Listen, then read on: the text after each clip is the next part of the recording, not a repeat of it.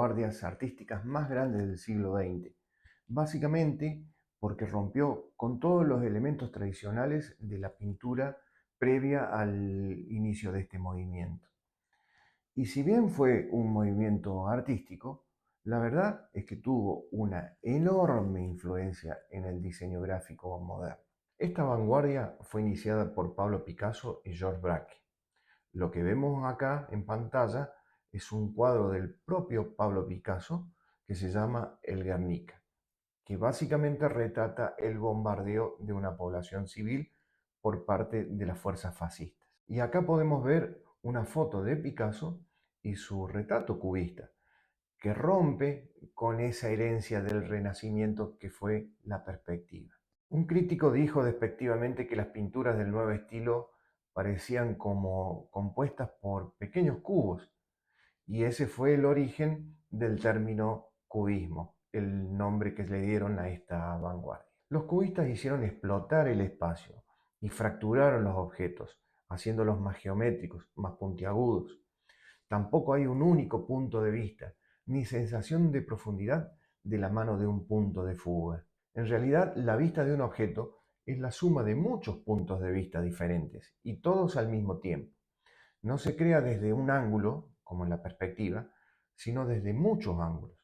Es como si nos moviéramos alrededor del objeto que estamos pintando y pintáramos todas esas vistas en un mismo plano. Por eso vemos en un rostro la nariz de perfil y el ojo de frente.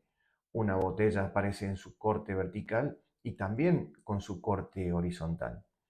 Los detalles se suprimen y a veces se representa el objeto por un solo aspecto, como en este caso el contorno de la guitarra en el ejemplo de Georges Braque a la izquierda. Ahora comparemos este cuadro de Picasso con la pintura impresionista de Renoir. A través de la luz y el color, el impresionismo de Renoir trataba de capturar lo que vemos en un momento fugaz. En cambio, el cubismo es más analítico. El cubismo intentó retratar lo que sabemos, no lo que vemos. Por esto decimos que el cubismo rompió con toda esa herencia tradicional y la pintura figurativa.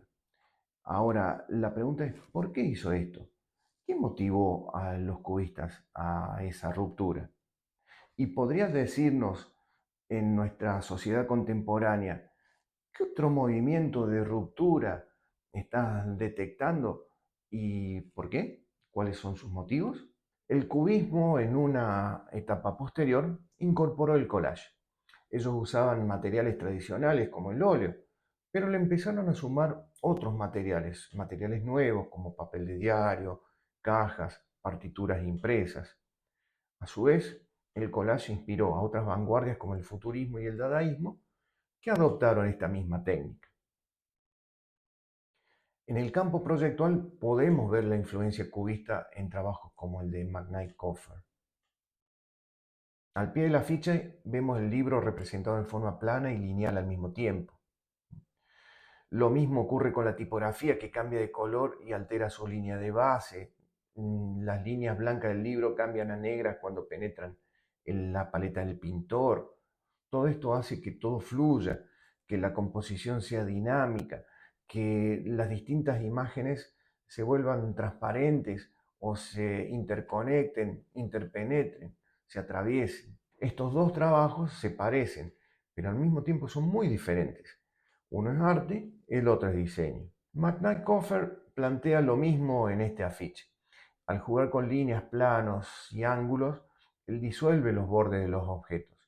La tipografía apoya este juego de elementos que se entremezclan, que entran en otros y después salen. Todo se vuelve dinámico, todo se vuelve interconectado, interpenetrado. Y otro gran afichista como Cassandre también utilizó ideas cubistas en muchos de sus trabajos. Fíjense en las formas gráficas que cambian de color cuando se superponen, cuando se interconectan. Y hay veladuras, transparencias, figuras abiertas como el pico del sifón. El fondo fluye hacia las figuras y las figuras y el fondo se vuelven uno. Todo se convierte en una unidad, en parte de la misma cosa. Y el cubismo continúa inspirando al diseño contemporáneo, que que aprovecha la potencia expresiva del collage, como ocurre en los afiches de Pablo Bernasconi, o de las perspectivas múltiples del rostro de la mascota que diseñó Javier Mariscal para las Olimpiadas de 1992, que es algo similar a lo que vemos en el icono del sistema operativo de Apple. Incluso los programas actuales incorporan acciones cubistas como cortar y pegar.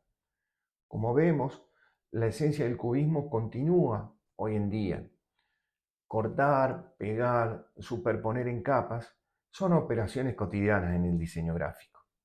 Y no olvidemos el interpenetrar, es decir, el atravesar, intercalar y no simplemente poner una cosa sobre otra.